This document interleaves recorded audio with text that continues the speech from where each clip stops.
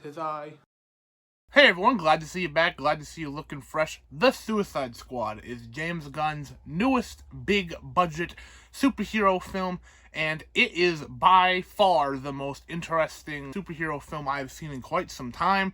Obviously, giving the reins to James Gunn after what happened with him in Disney and Marvel, and bringing him over to DC and just letting him go hog wild with something like this was a bit of a risk on the producers, but I feel like it absolutely paid off because The Suicide Squad is one of the most fun, most exciting, most interesting films I've seen all year. In the past 2 years of the decade, whatever you want to say, it is by far one of the best. Not one of the best superhero films, not one of the best blockbusters, just one of the best, period. The Suicide Squad oozes enjoyment, oozes fun, while also engaging in its own way of being totally gross and crude and gory at the same time. It mixes these two elements so incredibly well that I feel like the film elevates itself past the point of other superhero films. And on top of just the style and the artistic look of the entire thing, the cast and the insane number of characters in this all play off each other and all get a moment at least to shine in this. This is a stacked roster. If you saw from my previous video about who was gonna die and who was gonna live, obviously I guessed my way through that, and now I know, so I don't even make any inclinations on if I was close or not. Having so many characters can be a big problem to deal with, but this film has no issue in being able to kill off a character just without care, and for a joke even sometimes. This film can go for a while and you can be with a character for a little bit and then all of a sudden, boom, that character is no more, right? And you just have to move on because that's the nature of what this film is. To be able to do that and to be able to have the gall to do something like that is insane. I give so much respect to James Gunn and the production team behind this, the writers, that was able to pull off something like this. And to have so many characters and to have them all feel fleshed out is another really important thing.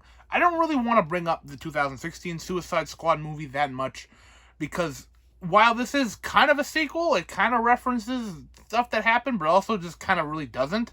Because obviously other characters are from that one and they're carried over, and the events that happened in that happened, I think, in this universe as well. It's a weird thing. It's kind of like a Mulligan movie. It's kind of like a remake, but also not. It's kind of a sequel, but it's not. It's very strange. I think that'll confuse a lot of people, but I think regardless of your opinions on the 2016 version, you should absolutely see this version, period. Even before I give my score, I'll say that out right now. This film was an absolute blast, and with a cast this big. I keep mentioning the cast because there's so many icons that were just born in this movie.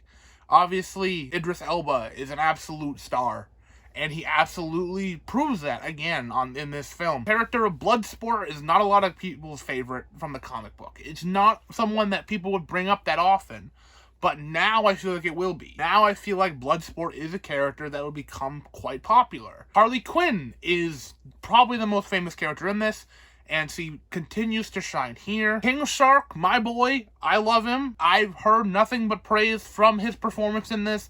I absolutely adored him in this. I'm so happy people are falling in love with King Shark just like I did a few years back. Captain Boomerang, and someone like Javelin, or Blackguard, or TDK, who I won't say what TDK means because it's a joke in this. And so many others. Savant, and Weasel, and Mongal. So many characters that are just there, and it's interesting because these characters aren't very popular. Polka Dot Man is a great example of someone who's been mocked in the comic community for so long, but he has such a heart in this, and he's such an interesting thing in this movie, such as so many other characters in this movie. I feel like people will stop laughing about him now. I mean, they might not, but at the same time, it does something with a character that none of us expected. Obviously, you can look at someone like Blackguard, and you can see that it's a minimal character in the comics, but you can see where something can come from that, right? You can see how a writer can take a minimal character and turn it into something great. But it's a lot harder to take someone like Polka Dot Man, who wasn't necessarily just a minimal character, but he was a joke, and to be able to change him into something that actually meant something to people. other than just a punchline. I cannot recommend this movie enough. I'm just gonna come out right and say it. If you can tell by the tone of my voice, I absolutely loved this, and I am happy to give it the very first Saw score of a 10 out of 10. The Suicide Squad is right now sitting at the best film of the year. For me, obviously I'm not the be-all end-all judgment of film criticism, but I adored this. I feel like everyone could be able to enjoy this. Obviously not like little kids or anything, because this film does get gory and it swears a lot. But even like my dad stumbled in on this movie, and he doesn't know much of anything about comics. So he obviously knows DC, he knows his Batmans and Supermans, but to see someone like Harley Quinn, he has no idea who Harley Quinn even is. So when that's your most popular character in the movie, he's all of a sudden thrust into this and being very confused. But he really enjoyed it. And he told me after he saw it, you know, the classic, what the hell did I just watch? But also, you know, he didn't hate it. If that goes to say anything, that an old school movie watcher like my dad, who only really likes movies grounded deep in reality, can enjoy something like this, well, I don't know what else to say.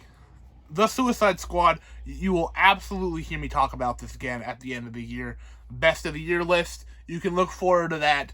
And I will absolutely be buying this movie once it be able to come out. Adored it. I cannot wait to see it again. Obviously, HBO Max streams aren't the best quality, so once I can get it on Blu-ray, 4K, whatever I ended up grabbing it on, I'll absolutely check it out again.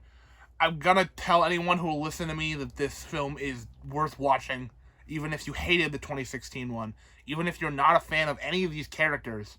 Give it a shot. Give them a shot. Give James Gunn another shot. Go watch it. And that'll about do it for me. As always, if you like this, make sure you like this. Subscribe if you haven't already. And I will see you at some point.